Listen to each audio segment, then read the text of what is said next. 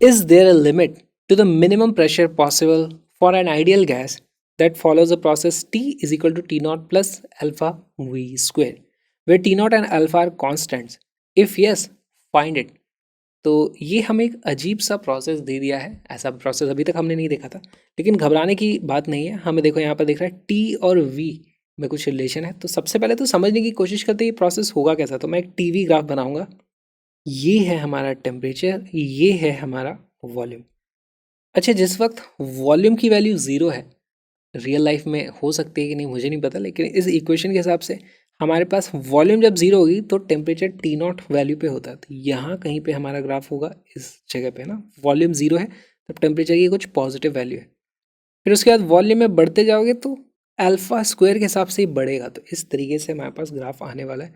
हमारा जो प्रोसेस होगा वो कुछ ऐसा होगा, पैराबोलिक हमें यहाँ पर दिखाई दे रहा है। अब बताओ इसमें क्या मैं देख के बता सकता हूँ प्रेशर कितना है। तो देखो, वो जो भी गैस होगी है ना, एक इस तरीके से पिस्टन विस्टन में कहीं पे भी होगी, एक इक्वेशन तो हमेशा वैलिड होती है। कौन सी इक्वेशन है? P V is equal to N R T. क्या इससे मैं पता कर सकता हूँ यहाँ पे अलग अलग पॉइंट्स पे प्रेशर क्या है? देखो, मैं यहाँ का डायरेक्टली तो प्रेशर कंपेयर नहीं कर सकता, लेकिन मैं ढूंढता हूँ कि अगर एक स्ट्रेट लाइन होती जो ओरिजिन से पास करती है, तो क्या उस लाइन के सभी पॉइंट्स पर प्रेशर कांस्टेंट होता है? उस लाइन को इधर लाऊं या इधर लाऊं तो प्रेशर बढ़ता है या कम होता है, देखते हैं। हमारे पास यहाँ पर जाता है T is equal to P upon N R times V. तो यहाँ से हम देखते हैं, देखो टी क्या है हमारा वाई एक्सिस, ये है हमारा एक्स एक्सिस। अगर ओरिजिन से पास होती हुई कोई लाइन है और उस पर्टिकुलर लाइन के लिए, तो मैं बोल सकता हूँ कि प्रेशर कांस्टेंट होता है। ओके, तो मैं यहाँ से बहुत सारी इस तरीके से पहले तो लाइंस खींच सकता हूँ। देखो, एक लाइन ये हो जाएगी, दूसरी लाइन ये हो सकती है, तीसरी लाइन ऐसी हो सकती है जो इसकी टेंजेंट होगी, चौथी लाइन इस तरीके से हो सकती है।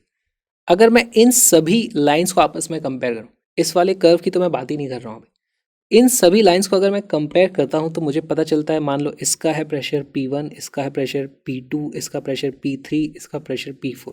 क्या हम P1, P2, P3, P4 के बारे में कुछ बात कर सकते हैं? देखो, इन लाइंस का स्लोप मुझे पता है। P1 का स्लोप ज़्यादा है, P4 का स्लोप कम है। स्लोप ये वाली क्वांटिटी आ रही है यहाँ पे, है ना, y is equal to M X. ये x एक्सिस पे वॉल्यूम है, y एक्सिस पे टेम्परेचर है ना। y is equal to M X वाली फॉर्म है। जिसके लिए स्लोप ज़्यादा है उसके लिए ये वाली वैल्यू ज़्यादा है। यहाँ से मैं देख सकता हूँ slope of 1 is more than 2, more than 3, more than 4। तो मैं बोल सकता हूँ P1 is more than P2, more than P3, more than P4। Okay, अब वो तो प्रेशर इस लाइन पे आने वाले सभी पॉइंट्स के लिए वैलिड है। अगर हमारी गैस कोई प्रोसेस करते हुए इस जगह से पास होती है तो उस पर्टिकुलर समय में, है ना, तो उसका भी प्रेशर वही हो जाएगा। तो यहाँ पे देखो, मैं ऐसे आता जाता हूँ, ऐसे आता जाऊँ, ऐसे जाता हूँ, ऐसे जाता हूँ, ऐसे जाता हूँ, ऊपर शायद फिर से प्रेशर बढ़ने लग जाएगा ऐसा जाऊँगा तो। लेकिन मैं कभी भी P3 पे तो नहीं पहुँचा, कभी भी P4 पे नहीं पहुँचा। P4 सबसे कम है, P3 उससे ज़्यादा है। सबसे कम प्रेशर कहाँ पर था? P2 पर, है ना। इस पर्टिकुलर अगर प्रोसेस की बात करूँ वो P1 पे भी थी, P इधर भी कहीं होगी, इधर भी कहीं होगी, सब जगह ही होगी, लेकिन P2 से नीचे वो नहीं जा पा रही है। तो एक्चुअली हमारा जो सबसे कम प्रेशर है ना, वो यही वाला प्रेशर है। और प्रेशर की एक हमारे पास मिनिमम पॉसिबल वैल्यू आ चुकी है, और अब हमें पता करना है कि वो वैल्यू क्या है। तो इसको किस तरीके से हम पता कर सकते हैं? तो अब ग्राफिकल मेथड की हमें ज़्यादा ज़रूरत नहीं पड़ेगी, ये बस हमारे समझने के लिए था प्रोसेस हो क्या रहा है। इस तरीके से कोई भी प्रोसेस दिया जा सकता है, आप उसको फील कर सकते हो। अब इसको सॉल्व करना शुरू करते हैं। देखो, हमें दिया हुआ है T as a function of V. तो यहाँ पर मैं वी में वेरिएशन ला रहा हूँ, उसकी वजह से मेरा टेम्परेचर चेंज हो रहा है। अब मुझे करना पड़ेगा कि या तो मैं प्रेशर को एक फंक्शन लिख दूं, pressure as a function of temperature, या फिर मैं लिख दूं pressure as a function of volume. हमारे पास ये फंक्शंस आ जाएंगे, फिर मैं देख सकता हूँ कि प्रेशर की मिनिमम वैल्यू कैसे आएगी। मैक्सिमम मिनिमा से पता है। अगर मैं इस फॉर्मूले को यूज़ करता हूँ तो मैं लिखूँगा D P upon D T. जिस वक्त ज़ीरो हो जाएगा उस वक्त इस फंक्शन का कुछ मैक्सिमा या मिनिमा होगा, वही प्रेशर की वैल्यू। तो प्रेशर का मैक्सिमा या मिनिमा हमें पता चल जाए। सिमिलरली यहाँ पर मैं कर दूंगा D P upon D V की वैल्यू ज़ीरो, उससे मुझे पता चल जाएगा इस पर्टिकुलर वैल्यू ऑफ वी पर हमें प्रेशर का मिनिमा आता है और वही वैल्यू हम यूज़ कर लेंगे। मिनिमा या मैक्सिमा आया कैसे पता चलेगा? तो हमने यहाँ देख ही लिया है कि इसमें मिनिमा ही आ रहा है, मैक्सिमा नहीं आ रहा है। सवाल उठता है कि हम प्रेशर को टेम्परेचर का फंक्शन बनाए कैसे, या प्रेशर को सिर्फ वॉल्यूम का फंक्शन कैसे बना दे। देखो हमारे पास जो इक्वेशन होती है उसके हिसाब से हम लिख सकते हैं pressure is equal to N R T upon V. अब मैं यहाँ पर टेम्परेचर को वॉल्यूम की टर्म में रख दूंगा इस जगह से, तो मेरे पास पूरे की पूरी टर्म सिर्फ वॉल्यूम की आ जाएगी। तो देखो यहाँ पर लिख देता हूँ, इस तरफ हम जाएंगे, pressure is equal to N R, temperature को लिख दो ये है ना, तो ये हो जाएगा T naught plus alpha V square divided by V. ये बन गया हमारा pressure as a function of volume. For minima या फिर मैक्सिमा हमें क्या करना होगा, D P upon D V is equal to zero. इससे हमें एक इक्वेशन मिलेगी जिस पे हमें वो वॉल्यूम मिल जाएगा, है ना, एक वॉल्यूम मिल जाएगा। इससे मान लो हमें रूट मिलता है V1, वो वॉल्यूम की वैल्यू आप इस फंक्शन में रखोगे तो आपको प्रेशर की मिनिमम वैल्यू मिल जाएगी। दूसरा तरीका होगा, यहाँ पर हम वॉल्यूम की जगह टेम्परेचर को रिप्लेस कर दें। तो यहाँ पर देखो मैं लिख सकता हूँ V square is equal to T minus T naught upon alpha, है ना। यहाँ से मैं लिख सकता हूँ V square is equal to T minus T naught upon alpha, या फिर इसी को देखो अंडर रूट ले दोगे तो ये आ जाता है इस तरीके से, ऐसे, करेक्ट। ऑलराइट, अब यहाँ पर हम लिख सकते हैं pressure is equal to N R T upon V. तो प्रेशर बन जाता है pressure is equal to N R T upon V. V ये है तो अपॉन वी नीचे आ जाएगा, ये आ जाएगा अंडर रूट में टी माइनस टी नॉट और ऊपर आ जाएगा रूट का अल्फा। ये हमारे पास फॉर्मूला आ गया। अब फॉर मैक्सिमा और मिनिमा हमें क्या करना है, D P upon D T is equal to zero. उससे कुछ टेम्परेचर की वैल्यू मिल जाएगी हमें जिस पर प्रेशर मिनिमम होगा। तो ये पता कैसे करें, इसको डिफ्रेंशिएट करना पड़ेगा विद रिस्पेक्ट टू टी।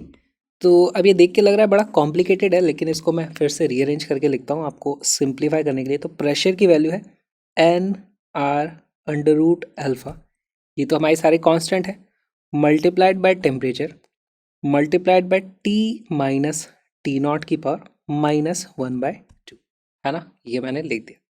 यहाँ से अब इसे मैं डिफ्रेंशिएट करूँगा D P upon D T और उसकी वैल्यू आ जाएगी, देखो जो कांस्टेंट है वो तो एज इट इज़ यहाँ पर रखा रहेगा एन आर रूट अल्फा।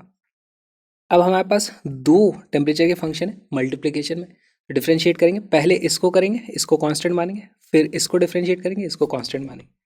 पहले अगर मैं इससे डिफ्रेंशिएट करता हूँ तो वो आ जाता है सीधे सीधे वन, और ये हो जाता है टी माइनस टी नॉट इसकी power minus one by two, ये एज इट इज़ यहाँ पर आ गया, प्लस अब की बार इसे कांस्टेंट मानो तो वो हो जाएगा टी मल्टीप्लाइड बाय, इसका डिफ्रेंशिएशन क्या होगा, जो भी पावर है वो आगे आ जाएगी तो वो हो जाएगा minus one by two multiplied by T minus T naught की पावर, जो भी पावर थी उसमें और माइनस वन हो जाएगा, माइनस हाफ माइनस वन क्या है minus three by two, minus three by to.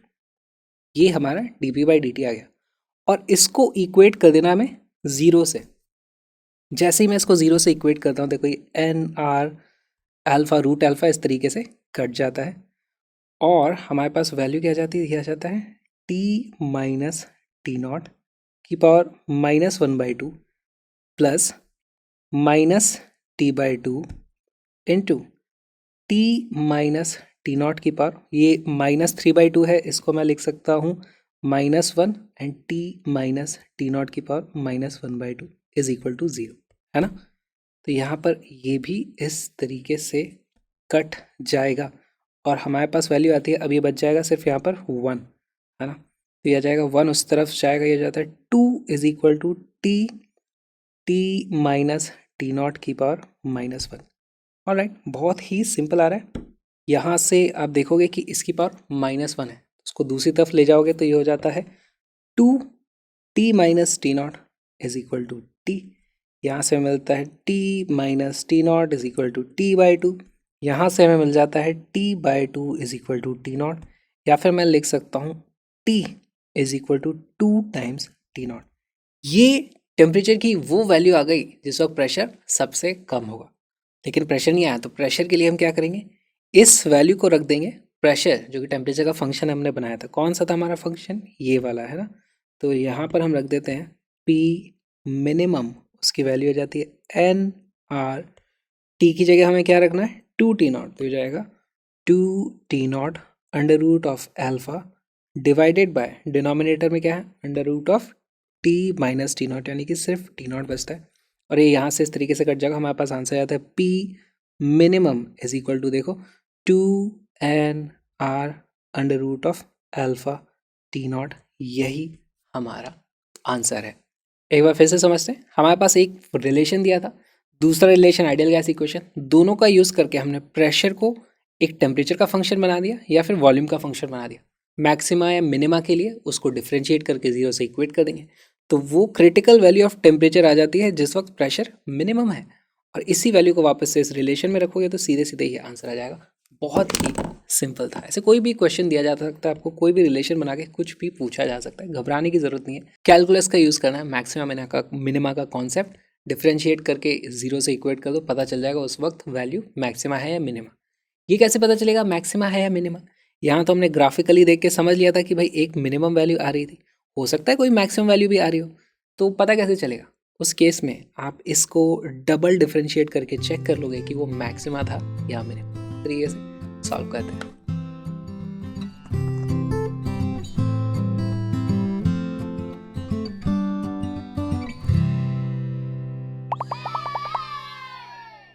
As an adiabatic gas expands, the average time of collision between its molecules increases by V raised to the power x. मतलब where V is the volume of the gas. Find a relation between x and gamma, where gamma is Cp by Cv. तो ये gamma तो हमें पता था, हमें ये पता करना। अच्छा, क्वेश्चन में पूछा गया है, as an adiabatic gas expands the average time of collision between its molecules increases by Vx। Average time of collision हमने वो पढ़ा था, मीन फ्री पाथ है ना। तो मीन फ्री पाथ की वैल्यू क्या थी, वहां से हमारे पास आया था lambda M is equal to 1/√2 pi n/v into D square. Okay, ये क्या चीज़ है, तो देखो मीन फ्री पाथ क्या होता है, हमारा जो गैस मॉलिक्यूल ऐसे टकराते टकराते घूमते हैं, ये उसके हर एक कोलिजन के बीच में जो भी पाथ लेंथ है उनका एवरेज मीन फ्री पाथ होता है, वो ये होता है। ओके, जैसे एडियाबेटिक गैस एक्सपैंड करती है, एक्सपैंड करेगी तो देखो क्या होगा, उसका वॉल्यूम बढ़ेगा और उसका टेम्परेचर भी कम होगा, है ना। वॉल्यूम बढ़ेगा तो ये वाली हमारे वॉल्यूम बढ़ेगी, और टेम्परेचर कम होगा तो वेलोसिटी कम हो जाएगी। तो मीन फ्री पाथ था, हमसे पूछा है the average time of collision, relaxation time जो होता था उसका फॉर्मूला क्या होता था, वो तो लिखना चाहिए हमें। टाउ एम की जो वैल्यू होती है वो होती है lambda M distance divided by velocity. Velocity कौन सी होती है यहाँ पे, एवरेज होती है, आरएमएस नहीं होती है। तो ये यहाँ पे हमारे पास फॉर्मूला क्या आ जाता है, 1/√2 pi n divided by v into D square into V average. V average का फॉर्मूला क्या होता है, उसकी वैल्यू होती है 8/π/r/t। तो यहाँ पे इतना बड़ा सा फॉर्मूला आ गया, आप कहोगे ये तो बड़ी गड़बड़ हो गई। हमें यहाँ पे खाली एक चीज़ लिख देनी कि जो रिलैक्सेशन टाइम है इट इज़ प्रोपोर्शनल टू, यहाँ पर देखो वॉल्यूम ऊपर चला जाएगा और नीचे अंडर रूट का टी है, तो यह आ जाता है v/√t। यही हमारे काम की बस इक्वेशन है, इससे हम पता कर सकते हैं। Okay, as an adiabatic gas expands, the average time of collision between its molecule increases by v raised to the power x। तो बेसिकली यहाँ पे बोला जा रहा है कि tau is proportional to v raise to the power x। हमारा relation ये निकल के आया है और हमसे पूछा गया है कि ये x की वैल्यू क्या है, गामा की टर्म्स में हमें बताना है, x और गामा के बीच में रिलेशन पता करना है, x एंड गामा। तो कैसे सॉल्व करेंगे, हमारे पास pv raise to the power gamma is equal to constant होता है, मुझे यहाँ से ये t एलिमिनेट करना है। मेरे पास टीवी वाला कुछ रिलेशन होता है, TV raise to power gamma -1 is equal to constant होता है। क्या मैं लिख सकता हूँ t इज प्रोपोर्शनल टू, इसको आप इस तरफ ले जाओ तो इसकी जो पावर है वो -1 से मल्टीप्लाई हो जाती है, तो ये हो जाता है t is proportional to v raise to power 1 minus gamma. Okay, यहाँ पे हम टेम्परेचर की जगह some constant into v raise to power 1 minus gamma इस तरीके से लिख सकते हैं। यहाँ से हमारे पास आ जाता है, this is equation number 2, 1 and 2, इससे हमें पता चलता है रिलैक्सेशन टाइम जो है is proportional to volume divided by volume की पावर 1 माइनस गामा। और इसका एक्चुअली अंडर रूट 2 था इस तरीके से, तो ये हाफ है ना, ये अंडर रूट के अंदर था, तो पूरे पे अंडर रूट पे हमें लगाना है।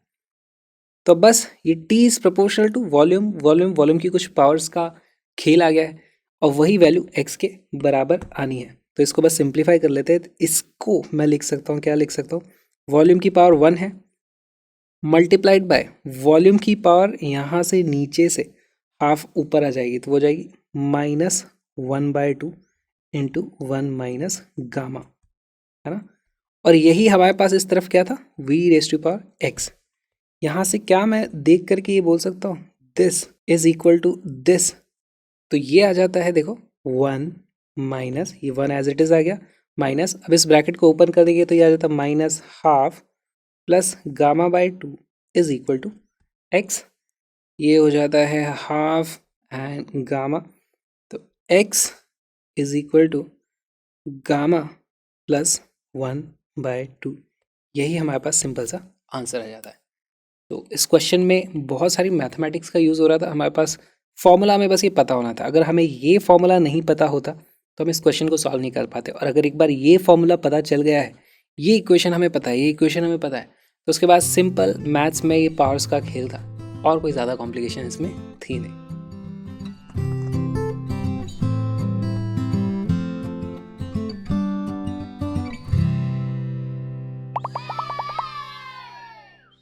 ये एक बहुत ही अच्छा सवाल है और इसमें बहुत सारे कॉन्सेप्ट्स यूज हो जाएंगे। फर्स्ट लॉ है सारे के सारे almost. After heating the hydrogen gas the volume of helium gas reduces to 1/8 of initial volume if all walls and the moving piston are adiabatic. Find the final PVT of both the gases and the amount of heat added to H2. तो हमारे पास यहाँ पर adiabatic इस तरीके से setup है। पहले क्वेश्चन को समझते हैं। यहाँ पर ये भी एडियाबेटिक है, हाइड्रोजन है, हीलियम है, P0 V0 T0 P0 V0 T0 पे। इनिशियली दोनों का टेम्परेचर भी सेम है, दोनों की वॉल्यूम भी सेम है, और क्योंकि पिस्टन मूव कर सकता है तो प्रेशर भी दोनों का सेम ही होगा। इससे हमें क्या पता चल जाता है, दोनों के नंबर ऑफ मोल्स भी सेम हो जाएंगे। ओके, फिर उसके बाद हमने यहाँ पे इसको गर्म करना शुरू किया। गर्म करना शुरू करेंगे, इसका टेम्परेचर बढ़ेगा तो प्रेशर भी बढ़ जाएगा, प्रेशर बढ़ेगा तो इधर से ज़्यादा फोर्स लगेगा, फोर्स लगेगा तो पिस्टन इस तरफ मूव होगा, इसका वॉल्यूम कम होगा, वॉल्यूम कम होगा तो प्रेशर बढ़ेगा, है ना। तो इस तरीके से इक्विलिब्रियम में फिर आ जाएगा। तो इस तरीके से फाइनली हम देखते हैं धीरे धीरे धीरे धीरे ये इस तरीके से पिस्टन यहाँ पे मूव कर जाता है कि इसकी वॉल्यूम हो जाती है V0/8।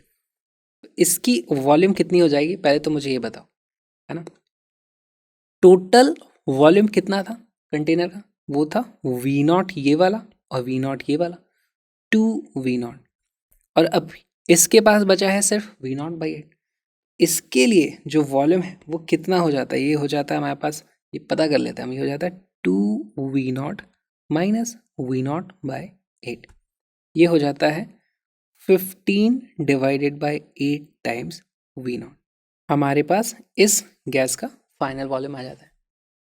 अब सवाल ये उठता है कि हमें बोला गया है सारी की सारी वॉल्स सब एडियाबेटिक है, यहाँ पे क्या जो प्रोसेसेस हो रहे हैं वो एडियाबेटिक हैं। देखो, एक एक्सपैंड हो रही है, एक कंप्रेस हो रही है, क्या दोनों एडियाबेटिक है। हीट ट्रांसफर भले ही, देखो इस गैस की अगर मैं बात करूँ तो वॉल्स से कोई हीट ट्रांसफर नहीं हो रहा है, पिस्टन से कोई हीट ट्रांसफर नहीं हो रहा है, लेकिन हमने अलग से एक हीट ऐड कर दी है। तो वॉल्स भले ही एडियाबेटिक हो, अब ये प्रोसेस एडियाबेटिक नहीं है क्योंकि इस गैस के लिए Q is not equal to 0। तो यहाँ तो एडियाबेटिक नहीं है। क्या आइसोथर्मल है, नहीं पता, हमें नहीं पता कौन सा प्रोसेस है। इस हीलियम के लिए बात करें तो हीलियम के लिए आप देखोगे कि हीलियम के लिए प्रोसेस एडियाबेटिक है, हीलियम पे सिर्फ वर्क किया जा रहा है, हीलियम के साथ कोई भी हीट का एडिशन नहीं हुआ है। तो हम एक काम करते हैं, हीलियम से ही स्टार्ट करेंगे। For helium process is adiabatic. जब एडियाबेटिक प्रोसेस होता है तो उसकी कंडीशन क्या होती है, PV⁻γ is equal to constant. Okay, मुझे इसके वॉल्यूम्स का रेशियो पता है, पहले V0 था, बाद में V0/8 है।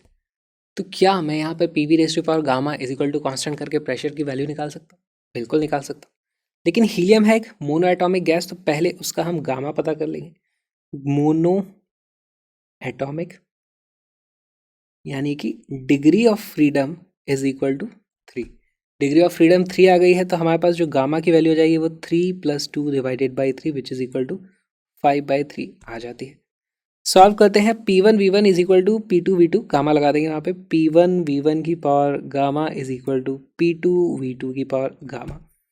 P1 था हमारे पास initially pressure P0, initially volume था V0 की power 5/3 is equal to pressure final हमें पता करना है, वॉल्यूम फाइनल हमारा कितना हो चुका है V0/8 की पावर 5/3। यहाँ पर देखो V0 और ये V0 as it is cut जाएगा क्योंकि दोनों की ही पावर 5/3 है, इसकी भी पावर 5/3, इसकी भी पावर 5/3। यहाँ से हमारे पास बचता है P2 is equal to P0 और ये 8 की पावर 5/3 है इफेक्टिवली, ये इधर चला जाएगा तो जाएगा इंटू 8 की पावर 5/3। क्या हम 8 की पावर 5/3 पता कर सकते हैं? देखो 8 की पावर 5/3 है, 8 की पावर से 1/3 होता है तो वो क्या हो जाता है हमारा 2, और 2 की पावर 5 चढ़ा दो तो वो हो जाता है हमारा 32, 2 की पावर 4 16 और हाँ 32, तो ये वाली वैल्यू है हमारी 32। तो यहाँ से मुझे पता चल जाता है P2 is equal to 32 times P0। V2 जो इसके लिए फाइनल वॉल्यूम है वो दिया हुआ है V0/8। क्या मैं पता कर सकता हूँ इसका फाइनल टेम्परेचर कितना होगा?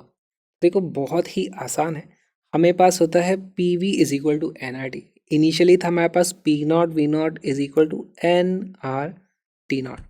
बाद में हमारा प्रेशर बढ़ा के कितना कर दिया गया है 32 टाइम्स P0। वॉल्यूम कर दिया गया है V0/8 is equal to NRT। यहाँ से आप देखते हो ये इस तरीके से कट जाएगा, बचेगा सिर्फ 4, तो हमारे पास बचता है P0 V0 is equal to NRT/4। इन दोनों इक्वेशंस को कंपेयर करो, P0 V0 is equal to NRT0, यहाँ P0 V0 is equal to NRT/4, तो यहाँ से हमें पता चल जाता है T0 is equal to T/4, या फिर आप बोल सकते हो T2 जो कि इसका फाइनल टेम्परेचर था उसकी वैल्यू आ जाती है 4 टाइम्स T0। तो हमें इसका प्रेशर वॉल्यूम टेम्परेचर सब पता चल गया, उसको मैं यहाँ पर मार्क कर देता हूँ 32 P0 एंड 4 T0। ऑलराइट, इस गैस के लिए हमने सब कुछ पता कर लिया। हमारे पास एडियाबेटिक प्रोसेस था, पीवी की पावर गामा कांस्टेंट होती है। हमारे पास वॉल्यूम का रेशियो था तो हम प्रेशर का रेशियो पता कर सकते हैं। प्रेशर पता चल गया तो PV is equal to NRT लगाया और टेम्परेचर भी पता कर लिया। ऑलराइट, अब एक बात बताओ, इस गैस के बारे में हम क्या कह सकते हैं? इसको हमने कितना हीट किया अभी नहीं पता, लेकिन जो भी हो यहाँ पर पिस्टन इक्विलिब्रियम में है, तो इधर जितना प्रेशर है उतना ही प्रेशर यहाँ भी होगा। अब मैं सीधे सीधे लिख सकता हूँ यहाँ पर जो प्रेशर हो जाएगा वो भी होगा 32 P0 के बराबर। हम लिखेंगे फॉर हाइड्रोजन, है ना। सबसे पहली चीज़ तो हमने देखी थी कि हाइड्रोजन में हीट ऐड हो रही है, तो this is not adiabatic. Alright, दूसरी चीज़ हमने देख ली कि P2 is equal to 32 times P0, इसका भी प्रेशर हमें पता चल गया। क्या इसका मुझे वॉल्यूम फाइनल पता है? देखो फाइनल वॉल्यूम मैं यहाँ से कैलकुलेट ऑलरेडी कर चुका हूँ, मैं लिखूँगा V2 is equal to 15 divided by 8 times V0। अच्छा, इनिशियली यहाँ भी था P0 V0 is equal to NRT0। अब प्रेशर भी बढ़ गया है, वॉल्यूम भी बढ़ गया है, यानी टेम्परेचर भी बढ़ा हुआ।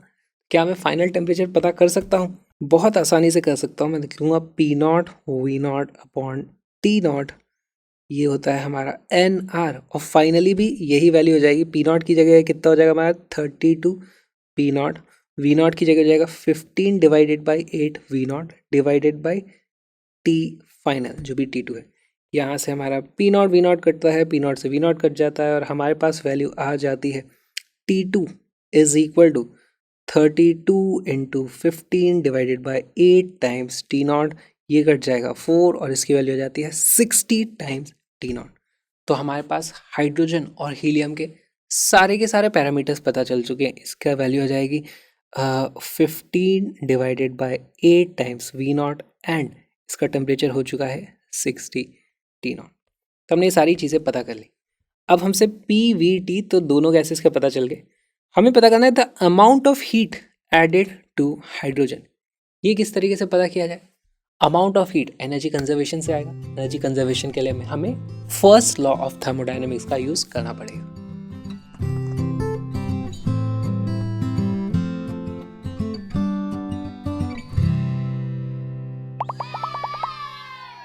अब हम लगाएंगे फर्स्ट लॉ ऑफ थर्मोडायनेमिक्स और पता करेंगे यहाँ पर जो हीट इन हुई है Q, उसकी वैल्यू क्या है। तो ये हीट हमने किसको दी है, हाइड्रोजन को। तो हम स्टार्ट करते हैं फॉर हाइड्रोजन H2। हमारे पास फर्स्ट लॉ ऑफ थर्मोडायनेमिक्स की इक्वेशन आ जाती है Q is equal to work done by the gas plus delta U। Alright, यहाँ पर जब मैं इसको हीट दूंगा तो ये कुछ वर्क कर रही है। ये वर्क इसने कितना किया है क्या मुझे पता है? क्या मुझे पता है ये कौन सा प्रोसेस है? आइसोथर्मल प्रोसेस है या इडियाबेटिक प्रोसेस है? कौन सा प्रोसेस है ये मुझे नहीं पता। यहाँ पर वर्क मैं नहीं पता कर सकता, मेरे लिए थोड़ी सी प्रॉब्लम आ रही है। ऑलराइट, इसका डेल्टा यू मुझे पता है क्या? जी हाँ, इसका टेम्परेचर में डिफरेंस मुझे पता है, तो मैं ये तो पता कर सकता हूँ, ये मुझसे नहीं हो पाएगा। तो अब हम क्या करें? देखो यहाँ पर जो वर्क होगा, ये वर्क किसने किया है? हाइड्रोजन ने हीलियम के ऊपर किया है। This work is W hydrogen to helium. Okay, पर क्या मैं हीलियम को अगर देखूं तो उसका तो एडियाबेटिक प्रोसेस है, उसके ऊपर जितना वर्क हुआ है उसके कारण उसकी इंटरनल एनर्जी चेंज हो गई, तो वो मैं पता कर सकता हूँ। करेक्ट, तो अब मैं आ जाता हूँ फॉर हीलियम। मैं इसके लिए क्या लिखूंगा? Q is equal to W plus delta U. अब हीलियम के लिए हमारा ये प्रोसेस एडियाबेटिक है, तो कोई भी हीट यहाँ पर नहीं दी जा रही, लेकिन इसके ऊपर कुछ वर्क किया जा रहा है। इसने, ये W क्या है? Work done by the gas. Helium ने कितना वर्क किया है?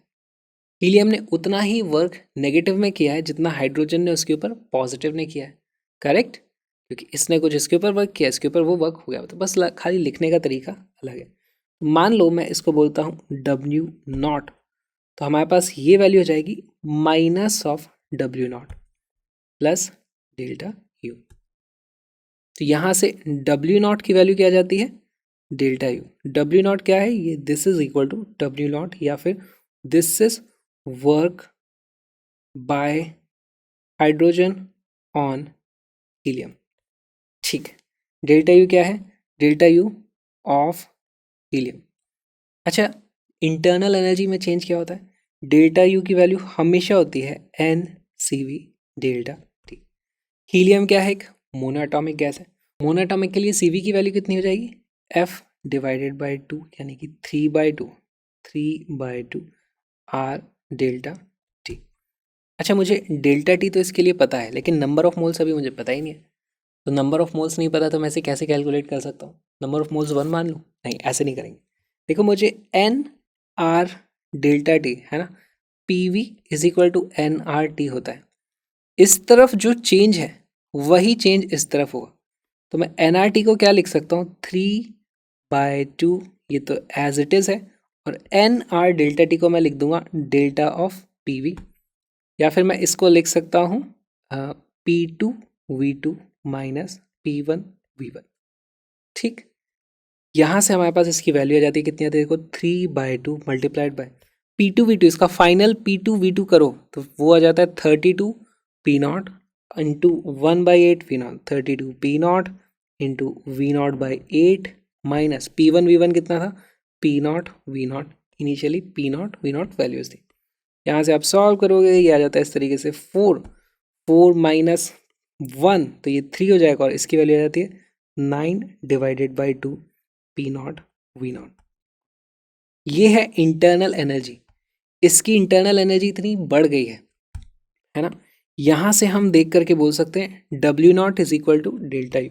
यहाँ से हमें पता चल जाता है work done by hydrogen on helium is equal to 9/2 P0 V0। Alright, delta U of hydrogen, उसकी वैल्यू क्या हो जाएगी? देखो, delta U of hydrogen again हो जाएगा NCV डेल्टा T। यहाँ पर अगेन नंबर ऑफ मोल्स मुझे नहीं पता, फिर से हमें सेम चीज़ ये वाली करनी पड़ेगी। देखो, CV को आप लिख सकते हो F/2RT। हाइड्रोजन के लिए डिग्री ऑफ फ्रीडम कितनी हो जाएगी? हाइड्रोजन डायटोमिक है, तो ये जाता है N into 5/2 R delta T, इसी को आप लिख सकते हो 5/2 delta of P V which is equal to 5/2।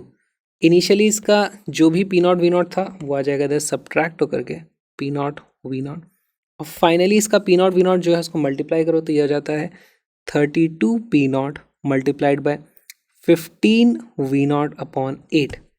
ये हमारा इस तरीके से कट जाता है कितना 4, तो हमारे पास इसी की वैल्यू आ जाती है दिस इज इक्वल टू 5/2 अंदर है 4 into 15 which is equal to 60 P not V not minus P not V not, ये आ जाता है 59 हो जाएगा। 59 into 5/2 this is equal to 59 into 5/2 P not V not.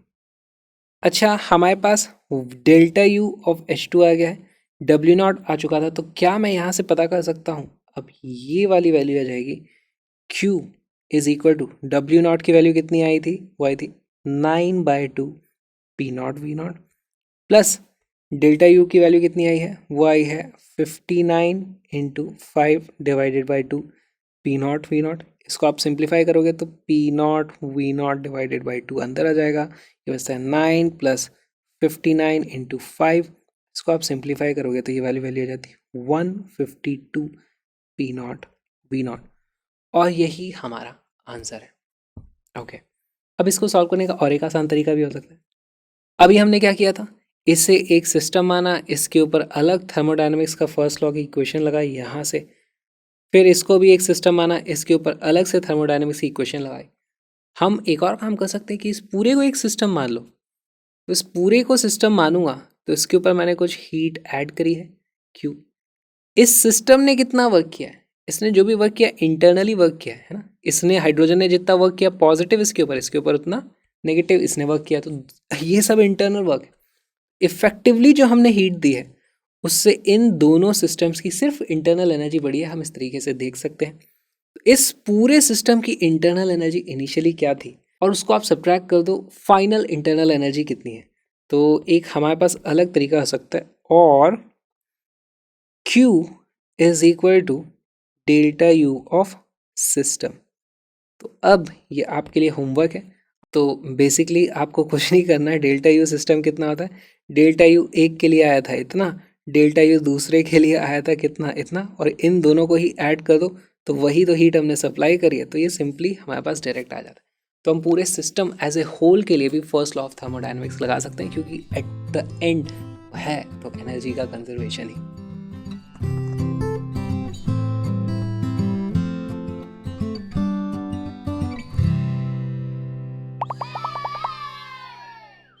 ये भी एक बहुत अच्छा एग्जाम्पल है।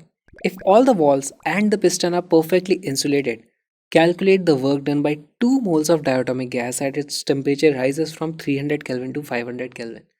हमारे पास यहाँ पर परफेक्टली इंसुलेटेड इस तरीके से सेटअप है ना, सारी वॉल्स इंसुलेटिंग है और इसको हीट किया जा रहा है, ताकि इसका टेम्परेचर राइज करता है 300 से 500 केल्विन तक। अब आपको पता करना है find the work done by 2 moles of diatomic gas as the piston can move freely या फिर पिस्टन इज फिक्स्ड। सबसे पहले तो मैं आपसे सवाल पूछूंगा, यहाँ पे वॉल्स एडियाबेटिक होने से क्या ये प्रोसेस एडियाबेटिक हो जाता है? नहीं, यहाँ पे हम खुद से हीट ऐड कर रहे हैं। इस सिस्टम के लिए मैं बात करूँ, वो वॉल से भले ही हीट ट्रांसफर नहीं हो रहा है लेकिन हमने हीट ऐड कर दी, तो Q is not equal to zero है। Q is not equal to zero, इसका मतलब दिस इज नॉट एडियाबेटिक। ठीक, ओके। तो अब इसको सॉल्व कैसे करोगे, P V ratio power gamma is equal to constant नहीं है। वर्क डन क्या होता है, अलग अलग प्रोसेसेस में अलग अलग होता है। पहले हम ले लेंगे case A, the piston can move freely. अगर पिस्टन फ्रीली मूव करेगा, इधर उधर जा सकता है, तो पिस्टन बहुत ज़्यादा आगे तक क्यों नहीं जाएगा, क्योंकि बाहर भी कुछ एटमॉस्फेरिक प्रेशर है। और यहाँ पर हम जानते हैं कि अगर पिस्टन फ्री टू मूव है तो यहाँ पर गैस का प्रेशर हमेशा बाहर के प्रेशर के बराबर रहने वाला है, तो हम लिख देंगे P gas is equal to P outside which is equal to constant, है ना। तो ये एक्चुअली दिखने में लग रहा है कि एडियाबेटिक प्रोसेस है, लेकिन है ये आइसोबैरिक प्रोसेस। हमें पता क्या करना है, calculate the work done by the gas. तो वर्क डन का यहाँ पे सीधे सीधे फॉर्मूला क्या हो जाता है, P delta we. Initial pressure मुझे पता है क्या? नहीं। वॉल्यूम में चेंज मुझे पता है क्या? नहीं। वैसे पी डेल्टा वी को मैं और एक चीज़ लिख सकता हूँ, एन आर डेल्टा टी, है ना, P V is equal to N R T से, क्योंकि प्रेशर कांस्टेंट है। नंबर ऑफ मोल्स की वैल्यू है 2, आर की वैल्यू है 8.314। टेम्परेचर में कितना चेंज आया? डेल्टा टी की वैल्यू है 300 से 500, तो यानी कि 200। इसको सिंप्लीफाई करो, ये अप्रॉक्सीमेटली आ जाता है 3326 जूल। यही हमारा आंसर है। देख के लगता है एडियाबेटिक है नहीं। Part B, the piston is fix, piston move नहीं कर सकता। उस केस में क्या आ जाता है? पार्ट बी में मैं लिखूंगा वॉल्यूम एक्चुअली आप देखोगे तो वो कांस्टेंट हो जाता है, तो ये एडियाबेटिक प्रोसेस नहीं है। इस बार वर्क डन कितना हो जाता है? वर्क डन इज सीधे सीधे जीरो, क्योंकि गैस एक्सपैंड ही नहीं हो रही है, वर्क डन जीरो। आपके लिए होमवर्क, कैलकुलेट करो इस केस में कितनी हीट सप्लाई की गई थी यहाँ से, इस केस में कितनी हीट सप्लाई की गई थी। कमेंट में उसको आंसर को अपने बताओ।